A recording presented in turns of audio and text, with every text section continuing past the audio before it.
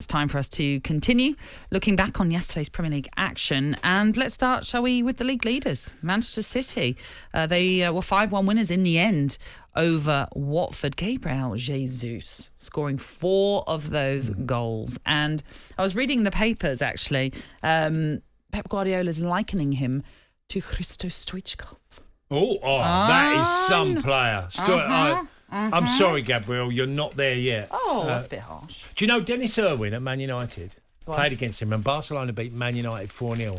He said it was the hardest player he ever played against. He said Stoichkov was unbelievable. He said he was frighteningly quick. Well, this is what he says. He says the energy Gabriel has in his movements is similar to Stoichkov. And of course, Guardiola played with him at Barcelona, didn't he?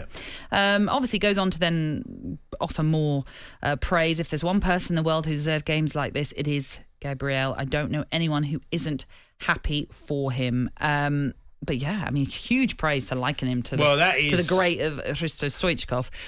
That's the highest order, isn't it? He was one of the most underrated because he was a world great, and he was so quick, direct, great finisher. And he was, I think he started in Johan Cruyff's Barcelona. He was brilliant for them.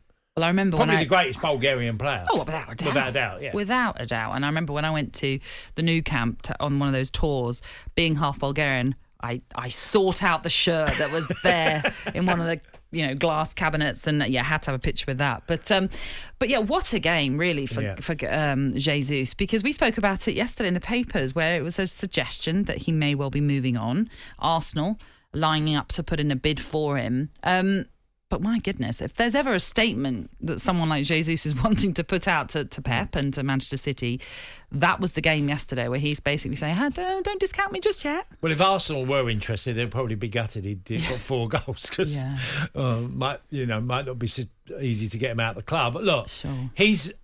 He's very versatile for Pep, and he'll play any role, and he's so selfless in the way he plays football, and that's a fantastic thing to have. You don't have to necessarily play him down the middle. You can play him on the left side or the right, and he'll do all the jobs that are required from him. He's a real shining example of a player with a great attitude. And I think Arteta would, if he was interested, would be why. He knows that he could be so, versatile in his positions where he can use him and not just think, because he can be a clinical finisher as well. I mean, look, he's found it very hard. The options at City are ridiculous in wide areas, and they play with a false 9, and he hasn't been used. It's been everyone else but him, really, more often than not, as a false 9. But yes, it was a great day for him. Very underrated, very appreciated at City.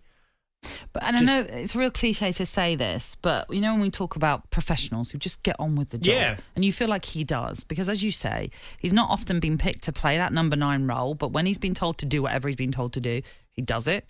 And more often than not, is pretty successful at it. And then obviously yesterday gets his chance, scores 4, puts all that sort of speculation to bed for a little while anyway. And it means that City now are 4 points clear of Liverpool, who play Everton in the Merseyside derby later on today. I asked you yesterday about Watford. Did they have any chance in this game? At one stage, they got it back to 2-1. Yeah. It was not a bad goal. It was Tyson Kamara Fury versus Dillian White. That's what it was in a contest. It was false hope.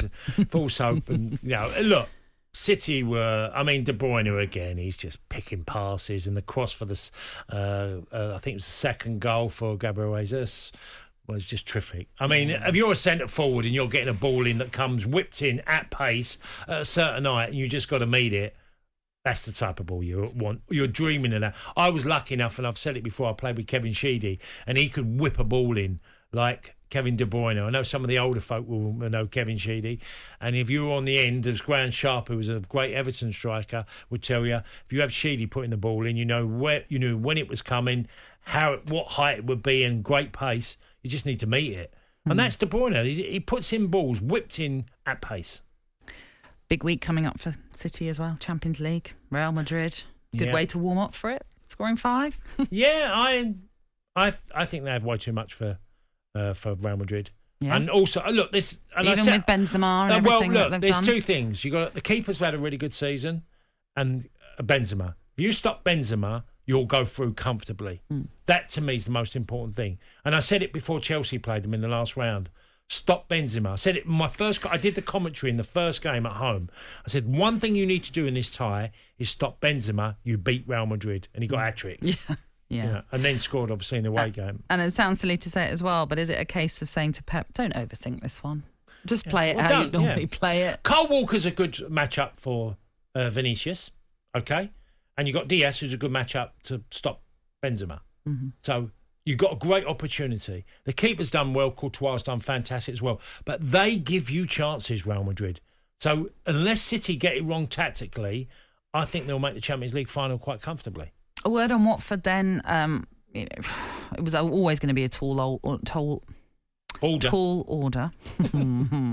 correcting you now. Dear. And you must do that when I get things wrong. You must. It was always going to be difficult for them getting anything out of this game, and they hadn't won in their last 14 before going to the Etihad. 7 points now off safety. Are they doomed? Yeah, and they were terrible yesterday. I mean, going to City and they're going to rip you apart. They literally got everybody behind the ball as often as they could, and I get it. And they did offer the odd threat, but just nowhere near enough quality.